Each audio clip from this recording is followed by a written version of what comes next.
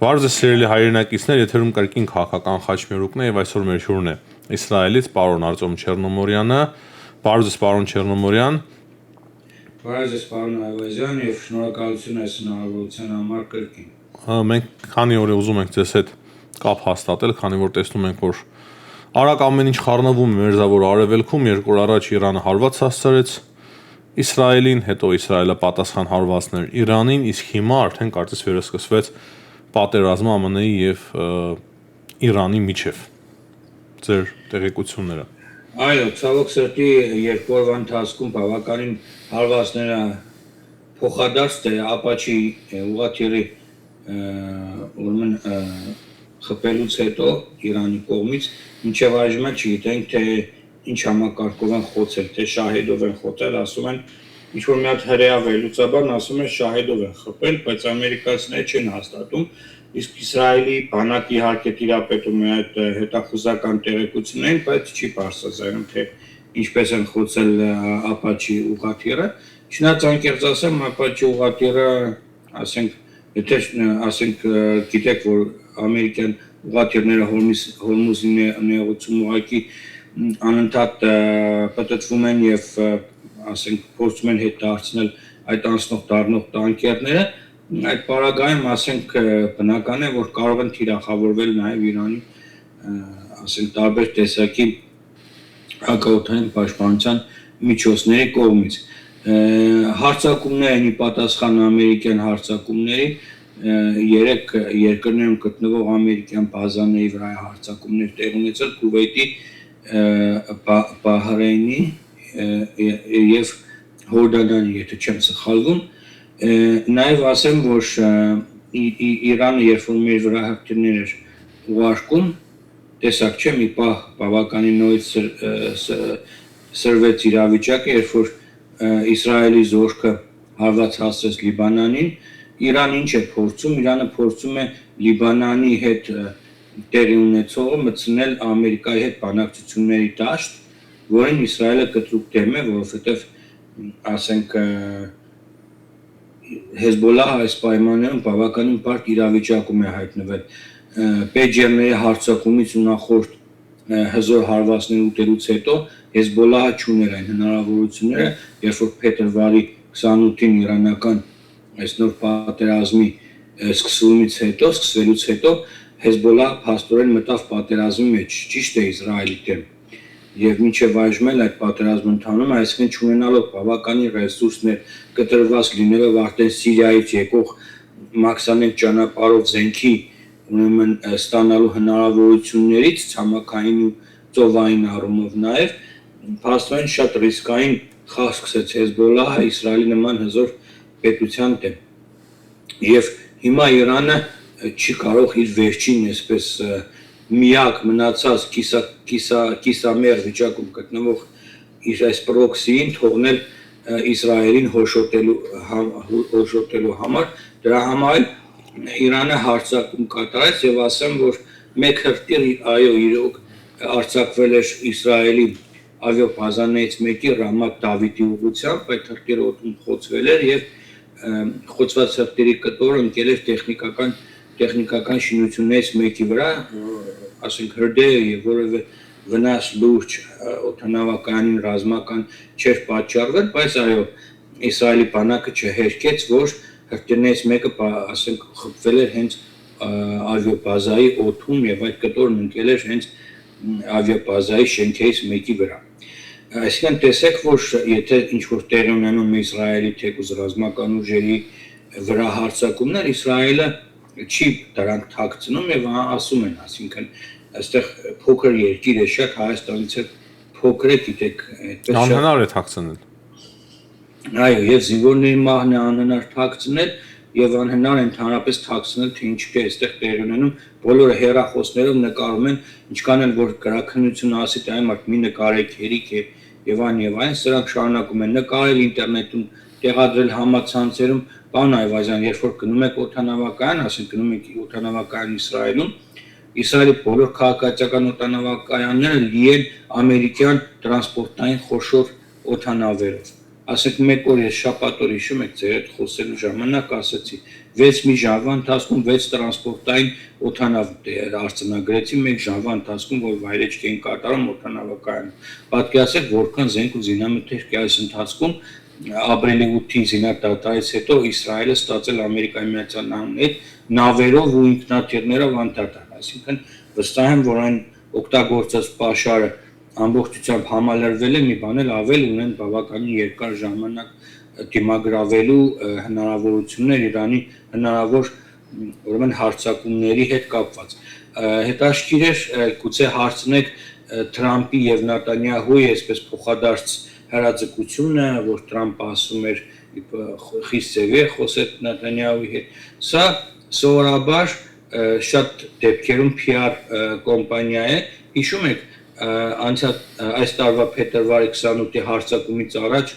նորից նման ինֆորմացիա տեղադրվեց Axios-ում, նորից ասենք սկսեցին արևմտյան լրատվամիջոցները գրել, որ Բիբին Թրամփը հայոել է, ուղարկել է միտեղ եւ այլն, այդպես ցույց են տալիս Ամերիկայի ու Իսրայելի հարաբերություններում գոյություն ունեցող լուրջ անջրպետը եւ դաշնակիցների միջև անհամաձայնությունը։ Փաստացի Ամերիկան սկսեց, Իսրայելը միացավ, երկուսով ասենք տեսակ թե ինչպիսի հարվածներ Այդ հիմա պարոն Չերնոմորյան կարծես հակառակ բանը տեղի ունեցավ։ Թրամփը հորդորում էր Նետանյահուին չհարվածել Իրանին, իսկ հիմա ինքն է հարվածում։ Դե գիտեք ինչն է խնդիրը, նա այսօր J.D. Vance-ի հայտարարությունը կարդացի, որ ասում է, որ ասենք Նետանյահուն կատարել է որոշակի սխալներ, բայց նա մեր դաշնակիցն է, դե խոսքը հենց այդ մասին էր, որ Թրամփը փորձում էր չէսկալացնել, ավելի սրել իրավիճակը, քանի որ իբր բանակցություններ էին վարվում, բայց փաստացի ոչ Փեզեշքյանն այսօր ղեկավարում երկիրը Իրանի, ոչ էլ ասենք իրենց Գալիբաֆը, ոչ էլ ասենք Մուջթաբա Հոմեյնին, իրականում Ահմադ Վահադին է ղեկավարում այդ հեղափոխության պահապանների կորպուսի հրամանատարն է, որ մարտի 1-ից է նշանակվել, այդ Ահմադը, որը ահաբեկիչ է եւ Իսրայելի դեմ 80-ական թվականներին Արգենտինայում բավականին այոնարբու ուրեմն ահաբեկչություններ կազմակերպել, սա այսինքն մաքուր ահաբեկիչ է եւ Ամերիկայի Միացյալ Նահանգներն ուղղակի մեկ պարզ ճշմարտություն չեն կարող հասկանալ, անընդհատ դեմոկրատական տարբերակով թեկուզ Տրամփն էլ հանրապետական է, բայց ժողովրդավարական պետության ղեկավարը համենայն դեպս մեկ պարզ բան չեն հասկանում, որ երբ որ նման մարդկանց հետ է շփվում, օրինակ ես բախտ ունեցել եմ, ասենք, ծայրահեղ իսլամական հայացքներ ունեցող արաբների հետ խոսել եւ նաեւ երբ որ իսրայելյան բանակի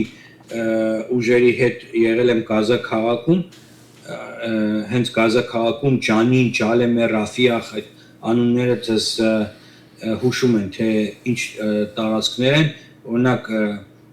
Ջանինը Համասի մայրաքաղաքն էր ժամանակին, հա, մինչև Գազայի գրավումը, ես Ջանինում եմ եղել։ Այսինքն այնտեղ որ ես հարցազրույց եի վերցնում արաբ բնակչությունից, իրենց հետ անհնար է խոսել, այսինքն եթե արձիվը աղավնում կերավ, ուրեմն Իսրայելն է մեղավոր, կամ ասենք այսօր անձրև քիչ եկավ, ուրեմն Իսրայելը հատուկ զենք է օգտագործել, ամպերը չորացրել է կամ ամպերը այսպես պրոպել է մնացրել, հա, այսպես քշել է ամպերը, որ իրանք անձրև, այսինքն այս մարդկանց հետ իրենց գաղափարախոսության ուղղեն այն աշճանելը ասած, որ հնարավոր չէ որևէ կերպ ընդհանուր հայտարարի կար։ Այսինքն ռեֆորմիստները Փեզեշքյանով եւ այլն, սրանք ուղղակի ռեֆորմիստներ են առանց լուրջ հենարանի երկրում եւ առանց լուրջ հնարավորությունների։ Կարծեմ Փեզեշքյանը հրաժարական էր տվել, այդպես էլ չիմացանք։ Ում է հրաժարական տվել, ընդունել էին այս մարդու հրաժարականը, չեն ընդունել, հիմա ինքը նախագահ է, թե նախագահ չի։ Այսինքն այնքան հարցեր կան, ու երբ որ Թրամփն ասում է, որ մենք հիմա բանակցություններ ենք վարում, հարցը թե ում հետ են բանակցություններ վարում, այդ Վայդի հետ, այդ Ահմադի հետ, այդ Տահաբեկչի հետ, թե ասենք Փեզեշքյանի հետ, որը որևէ կշիռ չունի, թե Մուջթաբայի հետ, որի մասին փետրվարի 28-ից հետո ոչ մեկ ոչինչ չգիտի։ Այդ մարդու մարմնի մասերից որը կա, որը չկա, կենտանի է, կենտանի չէ, ինչ վիճակում է, բուժում են, չեն բուժում, կա, չկա, կամ հասկանում եք, այս արհեստական բանականության օգնությամբ, որ հայտարարություններն իր անունից տարածվում, ով է դրա տարածող, այսինքն բավականին այստեղ լուրջ հարցեր կան, բայց այն ինչ որ այսօր գետնի վրա տեղի ունենում, մենք բավականին լուրջ մարտահրավերները առաջ ենք նույնիսկ կանգնել, պարոն Այվազյան, նույնիսկ նոստալգիկ այսպես հիշողություններս հետ եկավ այդ 1.5 օրվա ընթացքում հրթիռահարումների, տագնապների եւ հիմա այս պահին այս իրավիճակը ոչ միայն Լիբանանում է սրվում, այստեղ Իսրայելը արդեն խորացել է, հասնում է Լիբանանի կենտրոնական շրջաններ, պատկերացնում եք, այսինքն Լիտանի կետը որ կար, Լիտանին երբ որ քարտեզը նայում ես, ասենք տեղեր կա, որ այսպես փոքրիկ հատված է Իսրայելի սահմանի մոտ, տեղեր կա, որ բավականին լայն է, այսինքն ամբողջությամբ այդ իր ողջ այս երկայնքով Լիտանի կետի, երբ որ նայում ես քարտեզը, ամբողջությամբ անցել են առաջ, հիմա նրանց նպատակը Հեզբոլլահի մայրաքաղաք Նաբատիան գրավումն է, որտեղից որ Նասրալան ժամանակին ճառեր էր կարդում, հա, որ սենց կանենք Իսրայելը գետնի երեսից կվերացնենք, հիմա բոլոր հարակից շրջանների բարձունքները ստրատեգիական Իսրայելն արդեն գրավել է կոմանդոսների եւ հատուկ ստորաբաժանումների միջոցով, եւ հիմա Նաբատիա քաղաք այսպես ափի մեջ է Իսրայելյան բանակի ամբողջությամբ օդը եւ մտնող քաղաք դուրս ելնող ճանապարհները հիմա կառավարվում են, այսօր էլ կարտացի, որ Լիբանանում կառավարությունը FPV ԱԹՍ-ների դեմ արտադրության Հեզբոլլահի կասեցնելու հետ կապված արգելել է օպտիկային այդ կաբելների ներկրումը Լիբանան եւ ասենք հսկում են բոլոր տեսակի մեքենաները, բոլոր տեսակի տրանսպորտային միջոցները, որպեսզի թույլ չտան դրանց մատակարարումները։ Այսինքն Լիբանանում է արտադրվում, հա, այդ անօթաչի։ Այո, դրանք, ասենք գիտեք, հիմա այնքան FPV դրոն արտադրելը բավականին հեշտ բան է, ամենադժվարը ասենք այդ պլատաների ձեռքբերումն է, ծրագրավորումը տեղում է արվում։ Ամեն Չինաստանից առում հավաքում են։ Այո, Չինաստանից առնում են 3D պրինտերները, որ կան եռաչափ, դրանց միջոցով ասենք այդ պլաստիկն է կառուցում, ասենք հանձնարարությունը տալիս ես պրինտերը, ասենք նայած թե ինչ պրինտերը, ինչ արագությամբ է տպագրում, մենք տունը 2 հատ ունենք, եղբայրս դրա մասնագետն է, ես գիտեմ, ասենք ինչ արագությամբ, նայած ինչ, ասենք թե պտուտակը կամ մնացած մասերը ինչ արագությամբ է տպագրվում, նայած ճշտության, այնտեղ մի քանի կարևոր պարամետրեր կան, ասենք ոչ բոլորը կարող են, ասենք դա էլ դաշնամուրի նման բան է, հա, բոլորը գիտեն նոտաները, բայց ոչ բոլորը կարող են սիմֆոնիա գրել կամ օպերա, այստեղ էլ շատ լուրջ պարամետրեր կան, թեմաներ կան, որ պետք է տիրապետես, որպեսզի ճշգրիտ Դե հա, մարդ կունենան, բնական է։ Դե հա, դրանք արդեն այդ պարամետրերը, դա մեկ արդեն էդի տվել է իրենց, ուրեմն կանեն դա, հիմա հարց է, որ Իսրայելը 20 հարված է հասցրել այս անգամ Իրանի տարբեր շրջաններին, հիմնականում հարավային շրջաններին եւ նաեւ մեկ նավթարդյունաբերական գործարանի է հարվածել։ Հիմա Ամերիկայի ու Իրանի միջև փոխհարցակցություն Դա է մեզ հիմա հետաքրքիր, այս պահի տեղեկություններով բավականին լուրջ հարվածներ է հասցրել հակաօդային պաշտպանությանը։ Այս պատերազմները այդպես են սկսվում, չէ՞։ Նախ հակաօդային պաշտպանությանն են հարված հասցնում, հետո արդեն անցնում են մնացածին։ Տեղեկություն կա, որ հակաօդային պաշտպանություն կապի միջոցներ, որպեսզի ասենք զրկեն ըստ հեշտականության հակաօդային պաշտպանություն կապի միջոցներ, օդանավակայաններ, զորքերի ստորաբաժանումներ, հրամանաշտաբային կենտրոններ, իսկ նայած թե Ամերիկայի Միացյալ Նահանգները այս պարագայում որն է իր համար առաջնային Սա պարոն Չեռնոմորյան ձեր կարծիքով նրա համար է որպեսզի հորդորեն Իրանին ստորագրել այդ խաղաղության համաձայնագիր, այսինքն Թրամփը փորձում է սրանով ուղղակի հասկացնել, որ պետք է ստորագրեք, թե ինչի մասին է խոսքը։ Թե մեծ պատերազմ է։ Մենք մոռանում ենք Հորմուզի նեղուցի փակ լինելու մասին, որ ասենք փաստացի ապրիլի 8-ից հետո ամերիկան բլոկադա է ենթարկում Իրանը։ Բավականին լուրջ տնտեսական հիմնախնդիրներ են ստեղծվել Իրանում, գիտեք այդ գործարները, որ ամբողջությամբ ավիրեցին այդ ռազմական արդյունաբերությանը, որ հսկայական վնասներ պատճառեցին, դրանք ասենք տասնամյակներով կառուցված գործարաններ են, մարդիկ մնացել են գործազուրկ։ Մարդիկ մնացել են գործազուրկ եւ ասենք հիմա Հորմուզի նեղուցի փակ լինելը Ամերիկայի Միացյալ Նահանգների համար շատ մեծ այսպես խաղաթուղթ էր, բայց փաստացի ամերիկացիները նույնիսկ եմ կրկնում մի բան մոռացել են, որ այս ռեժիմի հետ իրանք կարող են քարե տարումել հայտնվել, նավթ ունեն լիքը, որ ծովն են լցնում արդեն, լամպաներով յոլա գնալ, էլի։ Եվ ասենք երբևէ շայտանի հետ, ոնց որ իրանք են ամերիկացիներն ասում շայտանի ասում է ապաչին ենք խփել, սկզբից ասեցին մենք չենք խփել, ինչ է խոսում, բան, չէ, սկզբից ասեցին շայտանին մենք ենք խփել, հետո ասին չէ, ինչ է խոսում, մենք չենք խփել, այսինքն Տրամպը հիմա փորձում է այս Հորմուզի նեղուցի բլոկադայի հետ համատեղ նաև ռազմական ցավոտ հարվածներ հասցնել Իրանի ռեժիմին, բայց ես նույնիսկ եմ ասում, ես չեմ հավատում, որ թե Հորմուզի փակ լինելը եւ թե այս հարվածները կարող են այս ռեժիմին ստիպեն որևէ, ասենք,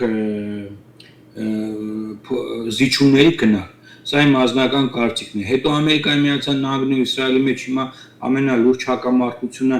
վերաբերվում է Իրանի հետ միջուկային համաձայնագրին, որովհետև եթե դու այսքան ժամանակ, այսքան հարված հասցրեցի Իրանին, ասենք Տրամպի լեզվով ասած քարե տարես գցել Իրանին, թե նոր ես պատրաստում գցել, համենայն դեպս տնտեսական նման ծանր հարվածները, ռազմական ամբողջ ղեկավարության, Հոմենեի սպանությունը եւ այլն նման ղեկավարության, ասենք, մինչև 4-րդ էշելոնի հրամանատարության սպանությունները վերացումը, սրանով հանդերձ հիմա ինչ է մնում Տրամպին անելու։ Փաստորեն խնդիրը թե որն է ելքը այս ստեղծված իրավիճակում եւ նաեւ բավականին այսպես խոսեցինք Իրանի ներողություն Իսրայելի ու Ամերիկայի Միացյալ Նահանգների միջև գոյություն ունեցող անհամաձայնությունների մասին, այս պահին ինչ անհամաձայնությունների մասին է խոսքը։ Նախ Ամերիկայի Միացյալ Նահանգները ուզում է 15 տարով պայմանագիր կնքել Իրանի հետ որոշակի զիջումների դիմաց, որ ասենք իրենց փողերը բանկերում ազատ կարձակվեն, որպեսզի Իրանը վերականգնվի այդ ավիահարվածներից հետո 15 տարով Իրանը պարտավորվում է չհարստացնել ուրանը, բայց արդյոք Իրանը չի խապի Ամերիկայի Միացյալ Նահանգներին ու չի շարունակի Իրանի հարստացումը եւ այդ 15 տարվա ընթացքում ձեռք չի բերի միջուկային զենք։ Սա առաջին հարցն է, որ ասենք Իսրայելի մոտ բավականին մեծ հարցական է առաջացնում եւ անհամաձայնություն ամերիկյան իշխանությունների հետ։ Սա առաջին անհամաձայնություն, երկրորդը Հեզբոլլահի բանակցությունների մաս դարձնելու փաստը, այսինքն փաստացի այնպես է ստացվում, որ այսօրվա դրությամբ օրվա կտրվածքով 1-ից 2 զինվոր է մահանում ամեն օր Լիբանանում, 100,000-ից ավելի կոնտինգենտ գոյություն ունի Լիբանանում, Իսրայելը մաքրում է, ասենք, այդ թունելները, մաքրում է այդ տարածքները եւ մինչեւ 40 կիլոմետր հեռացրել է Հեզբոլլահին Իսրայելի սահմանից։ Սրանով ինչ տեղի ունեցավ։ Սրանով տեղի ունեցավ այն, որ համենայն դեպս Իսրայելի հյուսիսային քաղաքներում թուլացել է թիկունքի ծառայության հորդորները, այսինքն մարդիկ արդեն վերադարձել են բնականոն կյանքի, գոնե FPV ԱԹՍ-ները, որոնք 40 կիլոմետրից ասենք իրենք ունեն մինչև 40-50 կիլոմետր հեռավորության FPV ԱԹՍ-ներ երկրի հյուսիսային շրջանները ռմբահարելու հասարակ մարդկանց ուղղակի սպանելու հնարավորություններ, սրանից Հեզբոլլահը արդեն զրկվել է։ Հիմա պատկերացրեք, եթե խաղաղություն կնքվի նորից եւ այդ հարցը Հեզբոլլահի նորից լուծում չստանա, Հեզբոլլահը նորից կվերադառնա մինչեւ Իսրայելի սահման, նորից իր դիրքերը կամրացնի, նորից նույն պատմությունը, այսինքն Իսրայելը միլիարդավոր դոլարներ ու մարդկային կյանքերով անընդհատ 2-3 տարին մեկ պետք է ուրեմն ծախսի մարդկային հսկայական կորուստներ տա, տնտեսական հսկայական վնասներ կրի այդ Հեզբոլլահի դեմ նորից հարվածներ հասցնելու, նորից զորքերը մտցնելու, նորից տարածքները մաքրելու, որը հնարավոր չէ այս պարագայում, այսինքն պետք է այս պատերազմը ի վերջո վերջանա։ Եվ Լիբանանյան կառավարությունը իհարկե կողմ է եւ Իսրայելի կառավարությունը, Լիբանանի կառավարությունը, Այոնի կառավարությունը պայմանավորվել են, որ պետք է, ասենք, գրաված տարածքներից դուրս գան Իսրայելի զինվորները, փոխարենը կան լիբանանյան բանակի զինվորներ, բայց խնդիրն այն է, որ լիբանանյան բանակը շատ փոքրաթիվ է, սահմանափակ ծառայություններ չունի, սահմանափակ զորքեր չունի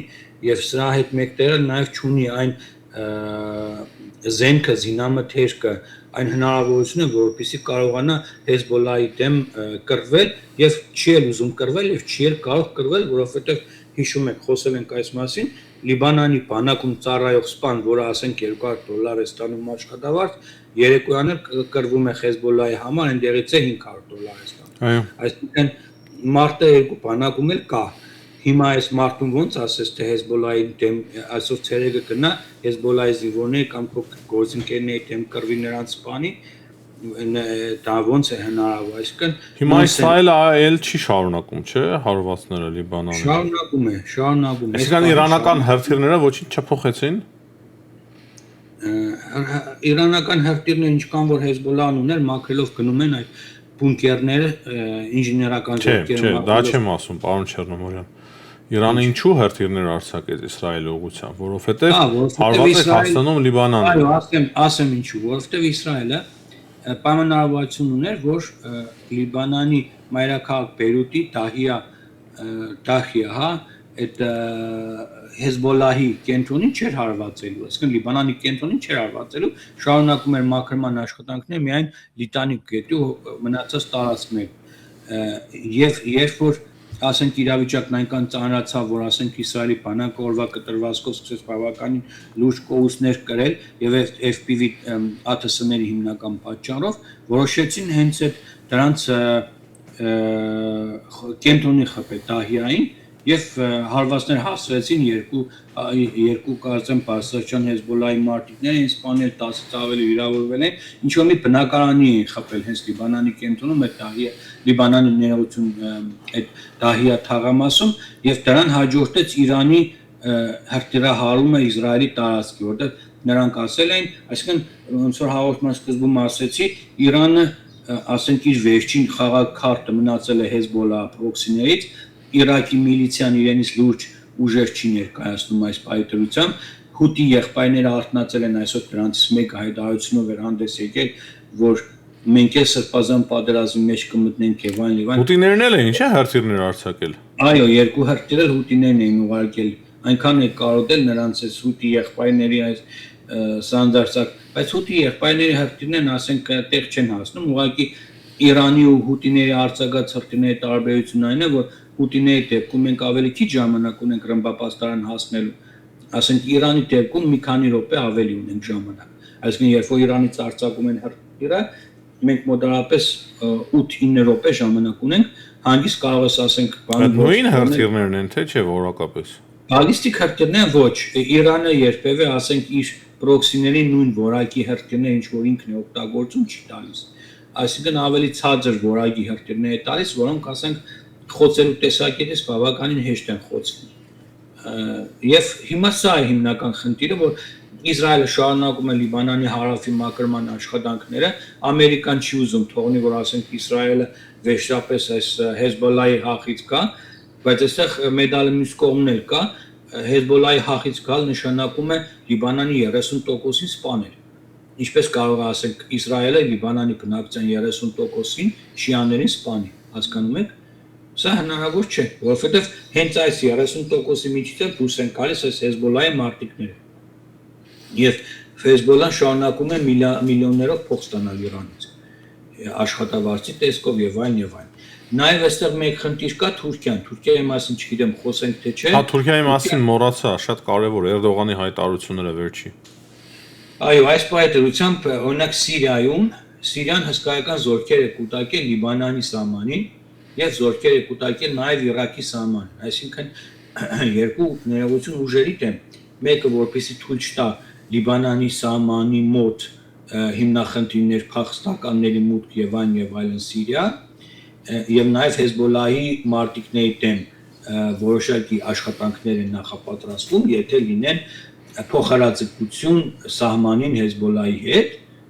Լիբանանի հյուսիսում եւ մյուսը Իրաքի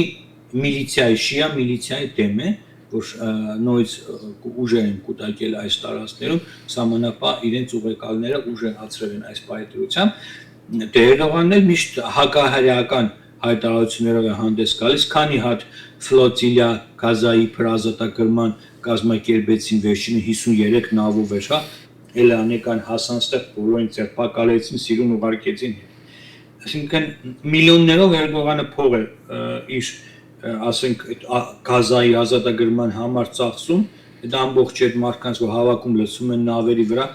սիրուն աչքերի համար չեն գալիս այդպես մեռել էին հա ասենք Գազայի գոտին ազատելու համար բայց Իրանում որ իրանց մուսուլման եղբայրներին, շիա եղբայրներին 40,000-ից ավել մարդ սպանեց այս մարտակի ռեժիմը, որտեղ են այդ բոլոր իրավապաշտպանները, մուսուլման եղբայրները, մուսուլմանների համար այդպես ցավացող մարդիկ, չէ՞, պարոն Այվազյան։ Ինչու մի հատ հայտարարություն չլսեցինք դատապարտող մնացած մուսուլմանական երկրներից, թե ինչ է կանում իրանցիներ ձեր ժողովրդի հետ։ Այսինքն բավականին լուրջ է։ Հիմա մեր ինչ վերաբերում է մեզ հայերից, մենք էլ ինչպես Իսրայելի մյուս բնակիչները, ցավոք սրտի այս Իրանի այս 1.5 օրվա ակտիվությունից հետո նորից բոլոր չվերթները չեղարկվեցին, նորից ասենք Իսրայելը տնտեսական լուրջ հիմնախնդիրների առաջ կանգնեց, նորից այսինքն ամառային շրջանը գիտեք մարդիկ ասենք մեկնում են իրենց հարազատներին տարբեր երկրներում տեսնելու, մենք էլ հայաստանցիներս ասենք մեկնում ենք Հայաստան, վերադառնում ենք հայրենիք գոնե ասենք երկու շաբաթով հանգստանալու համար, ասենք կամ արձակուրդները երեխաներն անցկացնում են Հայաստանում իրենց տատիկ պապիկների մոտ, Փառք Աստծո հայկական Fly One-ը թռնում է այս օրերին եւ ի պատիվ մեզ կարող եմ ասել, որ շատ ուրախ եմ, որ Wizz Air-ի նման Austrian Airlines եւ ամերիկական բոլոր ավիակոմպանիաները, ավիափոխադրողները չեղարկում են, բայց մեր Fly One-ը թռնում է, չնայած որ մեր Fly One-ը ասենք եւ 35-ներով ուղեկցող ինքնաթիռներ չունի, հա, եւ նաեւ պարոն Այվազյան, ուզում եմ ձեզ շնորհակալություն հայտնել, ձեր նախորդ հաղորդման մեջ դուք առանձնացրեցիք Իսրայելի արտգործնախարար Գիդեոն Սարի հատուկ դիմումը եւ շնորհավորանքը Հայաստանի վարչապետ Նիկոլ Փաշինյանին։ Շատ կարևոր է։ Ինձ էլ, այո, ես ցավոք սրտի մենք պատերազմի մեջ ենք, հետևում ենք, բայց ասենք անկեղծ ասած ինքնապահպանման այսպես ներքին մղումներով ավելի շատ գրում էինք, ասենք պատերազմի մասին, քան թե անդրադառնում ենք, ասենք Հայաստանի ընտրություններին հետ ընտրական իրավիճակին, որ Հայաստանում կա հիմա եւ սպասում են, չէ, բոլորն հիմա ամսի 14-ին, թե ինչ է լինելու, ինչպիսի արդյունքներ են գրանցվելու Բարգավաճ Հայաստանի հարցն է այստեղ օրակարգում, թե ԿՊ կորցնի մանդատներ, թե չի կորցնի։ Մի խոսքով,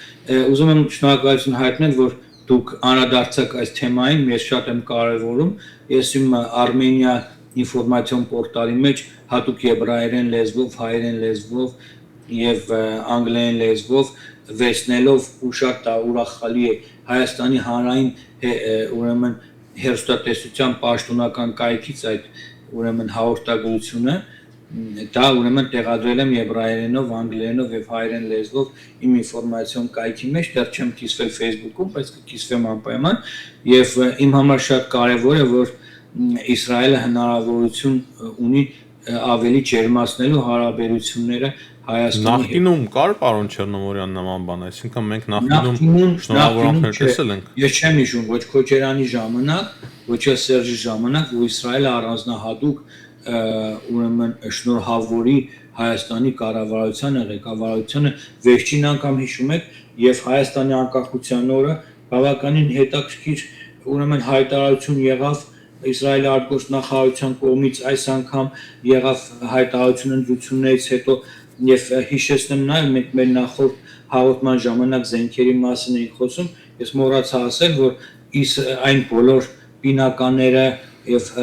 ռազմամթերքը, որ մենք Հնդկաստանից ստացել ենք, դրանք հրեա հնդկական ձեռնարկություններ են, այսինքն օգտագործված են հրեական տեխնոլոգիաները եւ միայն Իսրայելի թույլտվությամբ են այդ տեխնոլոգիաները եւ այդ զինատեսակները հայտնվել Հայաստանում։ Այսինքն Իսրայելը հետևում է, թե Ամերիկայի Միացյալ Նահանգները ինչպիսի լուրջ տնտեսական ծրագրեր է իրականացնում Հայաստանում, նրանք շատ լավ հասկանում են, որ պետք չէ, ասենք հարաբերությունները վատացնել Հայաստանի հետ, ինչքան էլ որ 48 միլիարդ դոլարի նավթի պայմանագիր ունենան Ադրբեջանի հետ եւ զենքի համատեղ ձեռնարկություններ եւ այլն, բայց գիտեմ, որ շատ հայեր, մեր հայրենակիցներ իրենց դուր չի կային ինչ որ հիմա ասելու են, բայց փաստը մնում է փաստ, որ Իսրայելի շատ ճիշտ հերատես քաղաքականության արդյունքով է, որ օգտագործելով նաև Ադրբեջանի տարածքը եւ CNN-ն էր վերջերս նման հոդված տպագրել, որ Ադրբեջանում իսրայելյան ռազմաբազա կա եւ դրանք օգտագործվել են Իրանի դեմ հարձակումներ իրականացնելու համար։ Այսինքն, եթե Հայաստանը ժամանակին ձեռք մեկներ Իսրայելին եւ ինքը դառնար, ասենք, Իսրայելի բարեկամը, ես վստահ եմ, որ մենք Արցախը չենք կորցնի, ես վստահ եմ, որ մենք կլինենք շատ զարգացած տնտեսապես թե ռազմական առումով լուրջ պետություն։ Բայց փաստացի եղավ այն ինչ եղավ, որովհետև Քոչարյանը այդ տարիներին եւ Սերժ Սարգսյանը Ռուսաստանի ուղղակի խամաճիկներն են եւ նրանք անում են այն, ինչ թելադրվում էր մեծ եղբայր Վլադիմիր Պուտինը, որով պայմանավորված էր Հայաստանը մնում էր գուբերնիայի կարգավիճակով ոչ անկախ պետություն, չնայած ասենք, որ Հայաստանը հիմա էլ անկախ ամբողջությամբ պետություն չէ, դեռևս այնպիսի հզոր թերերով է կապված Ռուսաստանի դաշնության հետ, որ անընդհատ ընդրությունների հետ կապված էլ անընդհատ ասում են, թե ինչու թույլ տվեցին, որ այդ կուսակցությունները գրանցվեն, եթե ունեք այդքան կոմպրոմատներ։ Այս հարցին եմ ուզում, որ անդրադառնանք անպայման, պարոն Շեղոմյան, եւ խոսենք ընդհանրապես Հայաստանում տեղի ունեցած ընտրություններից, հետընտրական սպասելիքներից, հետընտրական, որ ասում եմ, նկատի ունեմ, թե անպայման չէ ցույցեր, ինչ որ բաներ, բայց զարգացումներ ամեն դեպքում կլինեն։ Այո, կլինեն, ես կարծում եմ Ռուսաստանը կփորձի ավելի խորացնել ճնշումը Հայաստանի վրա։ Օրինակ չէի խրախուսի Նիկոլ Փաշինյանի այցելությունը Մոսկվա ընտրություններից հետո։ Չեն ընդունի այս պահին։ Ինչպես չեն ընդունի։ Այս պահին չեն ուզում ընդունել դեռ։ Դե չգիտեմ, ամենայն դեպս կուզեն ընդունել, չեն ուզեն ընդունել։ Բավական ծիծաղել էր այն, որ Հայաստանը պարկեր ունի, եւ Ռուսաստանի պարկերը չի տվել այդ եւ ասում եմ, դի Հայաստանին հերացնենք, բավականին ծիծաղելի անեկդոտ էր նման, հա, որ հայերը պարկերը չեն փակել, դրա համար պիտի մեզ իրենց կառույցներից, հա, մեզ հերացնեն, հա, ուղղակի չգիտեմ, ասվածտա այդ պարկերը տենց էլ մնա, մեզ էլ շատ շուտ հերացնեն, պրզնենք իրենցից, չեմ կարծում այդպես հեշտ սրանք Հայաստան իրենց ձեռքից բաց կթողնեն, նույնիսկ Ադրբեջանի հետ են Մոսկվան սկսել մոտենալ եւ մոտեցնել իր հարաբերությունները։ Մոսկվան է փորձում, կարծես Ադրբեջանից նման փորձեր չկան։ Այո, Մոսկվան է փորձում եւ պատկա հասկանում եք, երկու դիկտատոր իրար լավ են հասկանում, ժողովրդի լեզվով ասած իրար։ Հա, բայց այդ դիկտատորը չի ցանկանում իր անկախությունը կորցնել։ Եթե Հայաստանում իշխանափոխություն տեղի ունենար, պարոն Չեռնովորյան, այդ ժամանակ արդեն ստիպված կլիներ ինչ որ բաներ վերցնելու փոխարեն մասամբ սիչեր իր ինքնիշխանությունը, բայց հիմա երևի իրեն ավելի ձեռնտու է ահա այսպես։ Ամենայն դեպս ես Ադրբեջանի հարաբերությունների չեմ ուզում այստեղ մենք խոսենք։ Մեր համար ամենակարևորը Հայաստանը որ հզոր լինի, շատ ինձ համար ուրախալի էր Nvidia-ի չիպերը Dell-ի այսպես արգղերով տեսնել Հայաստանում նոր գործարանների հիմնումն ու կառուցումը արդեն ավարտին առաջին գործարանի, կարծեմ Հրազդանի գործարանի տեսա այդ տարածքը բան շատ հավանեցի, շատ ուրախացա։ Իսրայելը, որ Իսրայելը չունի նման տեխնոլոգիաներ եւ նման գործարան, չնայած այստեղ Nvidia-ն էլ կա, Microsoft-ն է գործարաններ ունի, այստեղ 11 տարիներ չիպեր են արտադրում, բայց ասենք Հայաստանը 5-րդ պետությունն է դառնում այս ոլորտում, դառնալու հուսանք, հա, եւ պարոն Այվազյան, գիտեք ինչ, երբ որ Ամերիկայի Միացյալ Նահանգները միայն այս ոլորտում 5 միլիարդ է տնելու, եթե տրիպի աշխատանքներ այս կառավարությունը չդանդաղեցնի, ունենալով իր կառավարության մեջ բազմաթիվ ռուսական պրոքսիներ, Ռուսաստանի համար աշխատող մարդիկ եւ մարդիկ, որոնց մինչեւ այսօր էլ չեն փոխել իմանալով, որ սրանք ոչ հայկական ուրեմն աշխատանքներ են տանում ոչ հայանպաստ։ Ես ասում եմ նույնիսկ մեկ հետաքրքիր կարծիք հայտնեցի իմ հաղորդման մեջ, որ լավ կլինի հենց ԿՊ-ն դիմի սահմանադրական դատարան, ինչ է Սամվել Կարապետյանը կրկին 5 միլիարդ դոլար ծախսելու է, կամ կրկին այդ մարդկանց կարողանալու է Ռուսաստանը ուղարկել Հայաստան ընտրությունների համար միանշանակ կարող է հիմա ստանան սահմանադրական մեծամասնություն, այնպես չէ որ 50 է, 50 էր։ Մենք տեսանք թե ինչպես դրան հասան, չէ, պարոն Չեռնոմորյան, ինչպես եք դուք կարծում, ճիշտ է նման քայլի դժվար թե դիմի Փաշինյանը, հիմա ամեն տեղից շնորհավորանք է ստանում, նաև Թրամփի շնորհավորանքը։ Հա, դե այսքան շնորհավորանքից ստանալուց հետո Փաշինյանը այդ քայլին այլևս չի դիմի, դա վստահաբար, բայց խնդիրն այն է, որ ամիսներ, շատ ամիսներ առաջ երբ որ մեր ձևով էր շարժումը, դեռ կուսակցություն չկար, այն ժամանակ ես անդադ հորդորում էի կառավարությանը, թե այս մեր ձևովն է, ձեր ձևովն է, ում ձևովն է, տերրորիստների ձևովն է, այս ձևովներին մի թողեք ընտրական պայքար մտնեն, մի թողեք, որ կառավարություն, եթե գիտեք, որ իրանք բերելու են մարդկանց ամբողջ օրը ձեր ԶԼՄ-ներով այդ մասին խոսում եք, բայց ինչու՞ թեմերը չառակ թողեցիք, որ թե հատուկ պայմանավորվածություններ կար, որ պիտի ռուսական ուժերը մտնեն խորհրդարան, արևմտյան, ասենք, ուղղվածություն ունեցող կուսակցություններին փոխանակ գումար հատկացնեին, փոխանակ հզորացնեին այս կուսակցություններին, փոխանակ եթե պետությունը ժողովրդավար է, եթե պետությունը ժողովրդարական արժեքներ է ապագում, ապա ռուսամետներին ուծելու տարբեր տեսակի Սա նաև բերը դառնալու իրենց համար, պարոն Չեռնոմորյան։ Ես արդեն որպես հայ մարդ շատ վատ եմ տրամադրված այդ փաստին, որ իշխանությունները թույլ տվեցին փաստացի ասում են թափանցիկ ազատ ընտրություններ, բայց կաշառքով մանդատներ կլինեն խորհրդարանում Հայաստանի։ Դրա համար սկզբից ասում էինք, ինչու թույլ տվեցին, որ սրանք գրանցվեն։ 8 տարի լսում ենք, որ Պողբատեմուժներ, դրանից առաջ չգիտեմ ինչներ, գալու ենք, ասֆալտին փռենք, չգիտեմ ինչ, ուր այդ փռած մարդիկ։ Բոլոր պարագլուխները, բոլոր այդ խոշոր հարուստ մարդիկ, միլիարդատերեր ազատման են գալիս, բոլորն էլ ինչպես գիտենք, ձեռ չեն բերել իրենց ունեցվածքը հալալ քրտինքով, մեր ու ձեր նման աշխատավարձով ապրող մարդիկ չեն։ Եվ ծանր աշխատելով այստեղից այնտեղից կոպեկ փախցնելով, որ ընտանիք պայն, այդ ձևի մարդիկ չեն։ Նրանք գիտեն ինչ են անում, ինչեր են անում, եւ նաեւ ԿՊ-ի կողքն կան մարդիկ, կան մեծահարուստներ, որոնք որ նաեւ ֆինանսավորում են, չէ՞ նախընտրական քարոզարշավը, նախընտրական քարոզարշավի միլիոններ արժեն, այդ միլիոնները որտեղից։ ԿՊ-ի կուսակցությունը ինչքան էլ ուզում է, որ ունենա, ասենք, իր անդամավճարները, այդ ինչքան փող պիտի հավաքեն, որ ամեն օր, ասենք, ոչ պետության հաշվին նման մեծ կարգի համերգներ, հանրահավաքներ կազմակերպեն, սրանք սա խոշոր գումարներ են, այսօրվա Հայաստանն էլ 10-15 տարվա առաջվա Հայաստանը չէ, բենզինի գինն էլ, գազի գինն էլ բավականին բարձր է, Հայաստանը Երևանը եվրոպական մակարդակի գներ ունի, նույնիսկ շատ դեպքերում Երևանն ավելի թանկ քաղաք է, քան Թբիլիսին, քան բազմաթիվ շատ այլ քաղաքներ, եվրոպական նույնիսկ մայրաքաղաքներ, եւ իր գներով, եւ իր թանկությամբ, հա, այսպես ասենք, եւ ասենք, եթե պետք է ընդհանուր վերցնեն, ուրեմն այդ խնդիրները օլիգարխների, քրեա օլիգարխիկ համակարգի հարցը 8 տարի առաջ հեղափոխությունից հետո պետք է լուծեն։ Իսկ հիմա նույնիսկ գլուխ ծեծել, մաս փոկել, թե նույնիսկ նույն ռուսական ուժերն եկան ազգային ժողով, նույնիսկ աշխատանք ամբողջությամբ խափանելու են, նույնիսկ մեկ ականատես են լինելու իրար վրա, շիշ շպրտելուն, իրար հայոյելուն, անպատիվ խոսքերին եւ այլն, սա ում է հաճելի։ Սա միթե ժողովրդավարական մեր երազած հայրենիքն է։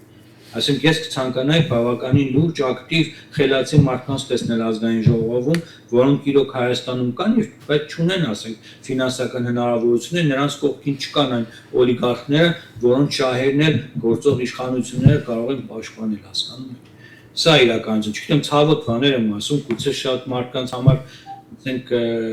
չլինի սա դուրեկան, բայց Չէ, ճիշտ եք ասում, պարոն Չեռնոմորյան, ես մի փոքր զսպվում էի, քանի որ դիմացի ընտրություններ էին, դրա համար այլ ձևով էի խոսում, բայց հիմա ավելի շատ է պետք աշխատել։ Ձեր կարծիքը եւ պատկերացումը, եթե անցնի ԲՀԿ-ն, ինչ արժի զգուշացնել իշխանություններին եւ մեր հասարակությանը։ Նախ սա ժողովրդի ընտրությունը, եթե ԲՀԿ-ն էլ չգիտեմ ինչ ձևով է ցայները հավաքել անցել է, սա ասենք ընտրություն է, սրա հետ կապված որևէ բան չի կարող ներկայիս կառավարությունը անել, պետք է համակերպվեն, պակաս մանդատներ ունենան, ամենայն դեպս ԲՀԿ-ի անցնելուց հետո էլ իմ կարծիքով կլինի կառավարություն ձևավորել, ամենայն դեպս կառավարություն, իշխանություն, դատախազություն եւ այն նախարարությունները նրանք կարող են ձևավորել, ինչ վերաբերում է այն խոսակցությանը սահմանադրական մեծամասնություն եւ այն, հասկանում եք, հաստատի Փաշինյանի կուսակցությունը ԿՊ-ն հաղթել է ընտրություններում։ Հիմա սահմանադրական է, ոչ սահմանադրական է, ինչ մեծամասնություն ունի, կարևորն է, որ եվրոպական լիդերները դատախազներ չկարողանան նշանակել, պարոն Չեռնոմորյան, դատավորների հետ խնդիրները ավելի խորանան, դա արդեն խնդիր է, չէ՞, սահմանադրական։ Հա, խնդիր է, բայց կարող է համագործակցի ԲՀԿ-ն ՔՊ-ի հետ տարբեր հանգամանքներից ելնելով։ Դա էլ կարող է միայն այն բանից հետո լինի, երբ որ կեղտոտ առեստուր լինի երկու այս կուսակցությունների միջև, կառավարող եւ այս իբր ընդդիմադիր ռուսամետ կուսակցության միջև, որ ասեն տղայից վրայից հոտվածը հանեք, ասենք ձեզի 5 ցենտ կամ 2 ցենտ ձեզ կամ ի վրայից հոտված հանեք, այսինքն կեղտոտ առեստուր, բակը ինչի պետք է իր մանդատները զիջի քաղաքացիական պայմանագրի։ Ցավոք միակ ելքը, բայց դա է դառնում երևի թե։ Դե հիմա չգիտեմ։ Չարյաց փոքրագույն Կարաբեջյանն էլ մի 10 մանդատ է ԿՊ-ից կփորձի առնել։ Սամվել Կարաբեջյանը դրա մասին էլ է խոսվում, հա։ Հա, դրա մասին ես էլ եմ լսել, ուղղակի ծիծաղեցի, բայց համենայն դեպս ով գիտեր, երկու կողմն է ֆինանսական։ Բայց տեսեք, պարոն Չերնոմարյան, երբ որ ասում ենք մեր այսպեսի մի հատ խոսակցություն ծավալենք, ես կարծում եմ կարևոր է, որ մեր հասարակությունը այս մասին իմանա, չէ՞ մեր մոտ կարծիք կա հայերիս մոտ, որ հայերի մեջ դավաճանները շատ են եղել պատմության ընթացքում, շատերն են խոսում, ես այդքան էլ չեմ սիրում դա ասել, բայց միշտ ինչի են եղել դավաճանները, փողով են գնել, տարբեր ձևերով են մարդկանց շահագրգռել, հիմա էլ փաստացի ընտրակաշառքներով են գնել, հիմա էլ կփորձեն ՔՊ-ի մանդատները։ Երբ որ նայում եմ տարբեր ազգերի պատմությունները, բոլոր ազգերի մեջ է դավաճանների թիվը բավականին մեծ է, եւ ասենք չի ասի, թե հայ ժողովուրդների մեջ քանակային առումով դավաճանները շատ են։ Նախ շատերն այդ 100,000 դրամը բավականին մեծ գումար է, առաջվա 5,000 դրամը չէր, 100,000 բավական մոտ $300, 200 քանի դոլար փող էր։ Այսինքն վերցրեցին իրենց ֆինանսական, ճիշտ է, դա հայրենիքը վաճառելու հետ նման մի բան է, բայց դա ասում են, հա դե մեկ էլի կզվարտոցը իրար մի սենուտում, մենք է փողը կվերցնենք, ինչ ուզում է լինի, էլ այսպեսի ժողովրդական տարածված տեսակետն է, որ մարդը կա վերցել է, չի ընտրել, մարդ կա վերցել է, չգիտեմ ինչ բաներ էին գրել, այլանդակ հայրանքներ էին գրել, քվեաթերթիկների վրա, որ ինտերնետում ասենք շատ ակտիվ տարածվում էր։ Գիտեք ինչ, մարդ պետք է իր հոգով մաքուր լինի։ Ինձ է ժամանակին բավականին լավ աշխատավարձեր էին առաջարկում կողքից, բայց կարևորը բնական է բոլորս էլ ունենք նման հնարավորություններ, բայց ասենք բայց կարևորը խիճը չդավաճանելն է։ Ասենք եթե հնարավորություն ունենանք այս պատերազմի ընթացքում, հա, ես էլ կգայի Հայաստանի քաղաքացիական պարտքը կկատարեի, ասենք, բայց ասենք Իսրայել նման պետությունից չգիտես կարող է գաս հետ չգաս կամ կարող է ընդհանրապես չգաս ինչ իրավիճակ կլինի, ասենք կազմակերպելը, բայց մի բան շատ ուրախ եմ, որ մեզ որպես հայաստանցիներս, ովքեր բնակվում են արտերկրում, հնարավորություն չկա, ասենք ընտրել ունդրություններին մասնակցել, սա շատ լավ է, որովհետև պատկերացրեք այդ 1 միլիոնով Ռուսաստանում գնային Սամվել Կարաբեջյանին ընտրեին, ինչ հալի էին լինելու մեր Հայաստանի բնակիչները։ Հա։ Ասենք մենք ինչքան էլ ուզում արևմտյան պետություններում ապրենք, մեր թիվը ասենք Իսրայելում շատ փոքր է։ Ասենք ամերիկահայերն էլ իրենց մեջ էլ դաշնակցություն կուսակցությունը գնային դաշնակները Քոչարյանին ցենտային, պատկերացրեք ինչ կլիներ, էլի։ Գոնե աստուն փառք, որ այդ օրենք կա, բայց շատ ցավալի է, որ ՔՊ-ն արդեն քանի անգամ ընտրություններում հաղթում է, մինչև հիմա ունենալով միշտ էլ պարլամենտական մեծամասնություն, ցենզեր չէր մտցրել, մինչև այսօր օրենքի մեջ ընտրական, ուրեմն օրենսգրքի մեջ կետ է, որ ասենք Հայաստանի քաղաքացին որ դեպքում իրավունք ունի գա Հայաստան եւ ասենք մասնակցի ընտրություններին։ Մի կողմից պետք է ուսումնասիրել եվրոպական պետությունների փորձը, հա, թե ինչպիսի սահմանափակումներ կան, գուցե սահմանափակումներ կան մեզ Եվրոմիություն մտնելու հետ կապված, որ ասենք մարդու իրավունքների հիմնարար իրավունքների սկզբունքների հետ կապված հիմնախնդիրներ կան, բայց ամենայն դեպս պետք է գտնել ոսկե միջինը, ստեղծել ասենք ցենզ, որ մինիմում 4 տարի եթե Հայաստանում չես ապրել կամ 5 տարի Հայաստանում չես ապրել, վերջին 5 տարին իրավունք չունես, գաս ընտրես, ասենք ընտրական տուրիզմով զբաղվես, գաս փողը վերցնես, ճանապարհածախսը տան, ռեստորանի փողը տան, ընտանիքի ճանապարհածախսի փողը տան, վրետ եկափող ծախսեն, դու գաս ուտես խմես, մարդկանց ճակատագրերի հետ խաղաս, ծախվես, ձայնդ ծախես, ընտանիքովդ հանդերձ ելնես գնաս հետ ու քեզանից հետ գող որ եկա Հայաստան փողս տվեցին ճանապարհածախսս տվեցին հացից փողը տվեցին մի կուշտ ուտելու ռեստորանից փողը տվեցին ես էլ եկա ինչ որ պարտավորվել էի պարտավորությունս արեցի գնացի ինչ սա ընդունելի է Շատ շնորհակալ ենք պարոն Չեռնոմորյան այսօրվա զրույցի համար Ես էլ եմ շնորհակալ պարոն Այվազյան հուսանք որ նորից թեժացում չի լինի